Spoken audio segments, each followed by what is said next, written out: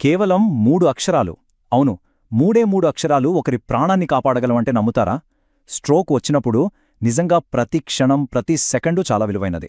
మరి అలాంటి అత్యవసర పరిస్థితుల్లో ఏం చేయాలో చెప్పే ఒక సింపుల్ టెక్నిక్ ఉంది. దాని గురించే మనం ఈరోజు వివరంగా తెలుసుకోబోతున్నాం. సరే, ముందుగా ఒక కథతో మొదలు పెడదాం. ఇది కల్పిత కథ కాదు, నిజంగా జరిగింది.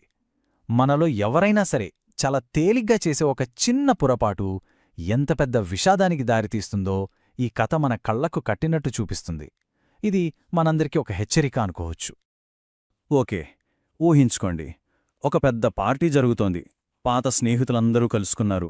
అంతా నవ్వులు, పలకరింపులతో చాలా సందడిగా ఉంది. అంతా బాగుందనుకుంటున్న టైంలో అకస్మాత్తుగా ఒక మహిళ తూలి కింద పడిపోయింది. ఒక్కసారిగా అందరూ షాకయ్యారు. అక్కడి సంతోషమంతా మాయమైపోయింది. వెంటనే ఆమె స్నేహితులందరూ పరిగెత్తుకుంటూ వచ్చారు. ఏమైంది, హాస్పిటల్కి వెళ్దామా అని అడిగారు. కాని ఆమె, అయ్యో ఏమీ పర్వాలేదు, నేను బాగానే ఉన్నాను అని చెప్పి ఆ విషయాన్ని చాలా తేలిగ్గా తీసుకుంది. చూడండి, చాలా సందర్భాల్లో మనం చేసే పొరపాటు ఇదే. ఆమె అలా చెప్పేసరికి అక్కడున్నవాళ్లందరూ కూడా అవున్లే, కొత్త చెప్పులేసుకుంది కదా, అందుకే జారిపడి ఉంటుంది అని వాళ్లకు వాళ్లే సర్ది చెప్పుకున్నారు. చూసారా, ఎంత ప్రమాదకరమైన ఒక హెచ్చరికని ఎంత తేలిగ్గా పక్కన పెట్టేశారో. దీనివల్ల అసలు సమస్య ఏంటో ఎవరూ గుర్తించనేలేదు. సరే, ఆమెను పైకి లేపారు, కొంచెం శుభ్రం చేసి తినడానికి ఒక ప్లేట్ ఫుడ్ ఇచ్చారు. ఆశ్చర్యంగా ఆ తర్వాత రోజంతా ఆమె అందరితో కలిసి మామూలుగానే నవ్వుతూ మాట్లాడుతూ గడిపింది. దీంతో అందరూ హమ్మయ్యా, అంతా సర్దుకుంది అనుకున్నారు. కాని వాళ్లకు తెలీదు అసలు ప్రమాదం అప్పుడే మొదలైందని.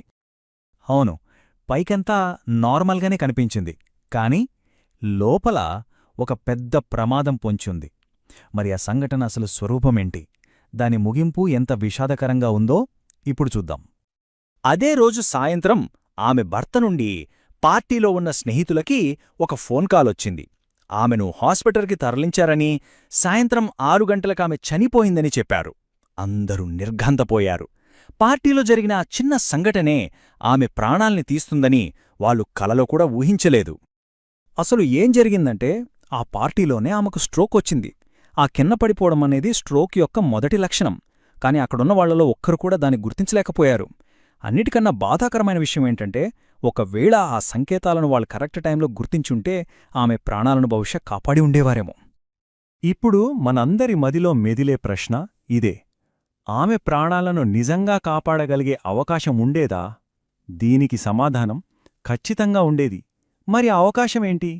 ఈ కథ నుండి మనం నేర్చుకోవాల్సిన ఆ పరిష్కారమేంటో ఇప్పుడు తెలుసుకుందాం. చూడండి, న్యూరోసర్జన్లు ఏం చెప్తారంటే, స్ట్రోక్ వచ్చిన తర్వాత మొదటి 3 గంటల సమయం చాలా చాలా కీలకం. దాన్ని గోల్డెన్ అవర్స్ అని కూడా అంటారు. ఎందుకంటే ఈ సమయంలో గనక ట్రీట్మెంట్ అందిస్తే బ్రెయిన్కి జరిగే డ్యామేజ్ని చాలా వరకు తగ్గించొచ్చు. పేషెంట్ పూర్తిగా కోలుకునే అవకాశాలు కూడా చాలా ఎక్కువగా ఉంటాయి. అందుకే స్ట్రోక్ని ఎంత త్వరగా గుర్తిస్తే అంత మంచిది. సరే, స్ట్రోక్ని త్వరగా గుర్తించడం ముఖ్యమంటున్నాం, కానీ ఎలా గుర్తించాలి? దానికోసమే ఒక చాలా సింపుల్ టెక్నిక్ ఉంది. ఎవరైనా సరే చాలా తేలిగ్గా గుర్తుపెట్టుకోవచ్చు. అదే STR పద్ధతి. ఈ 3 సింపుల్ స్టెప్స్తో ప్రాణాలను కాపాడొచ్చు. ఓకే, ఈ STR అంటే ఏంటో ఇప్పుడు వివరంగా చూద్దాం. ఫస్ట్, S అంటే స్మైల్, అంటే చిరునవ్వు. స్ట్రోక్ వచ్చిన వ్యక్తిని నవ్వమని అడగాలి. వాళ్లు సరిగ్గా నవ్వలేకపోతే, అంటే వాళ్ల ముఖం ఒకవైపుకి వంగిపోయినట్టు అనిపిస్తే అది ఒక లక్షణం. నెక్స్ట్, T అంటే టాక్, అంటే మాట్లాడటం.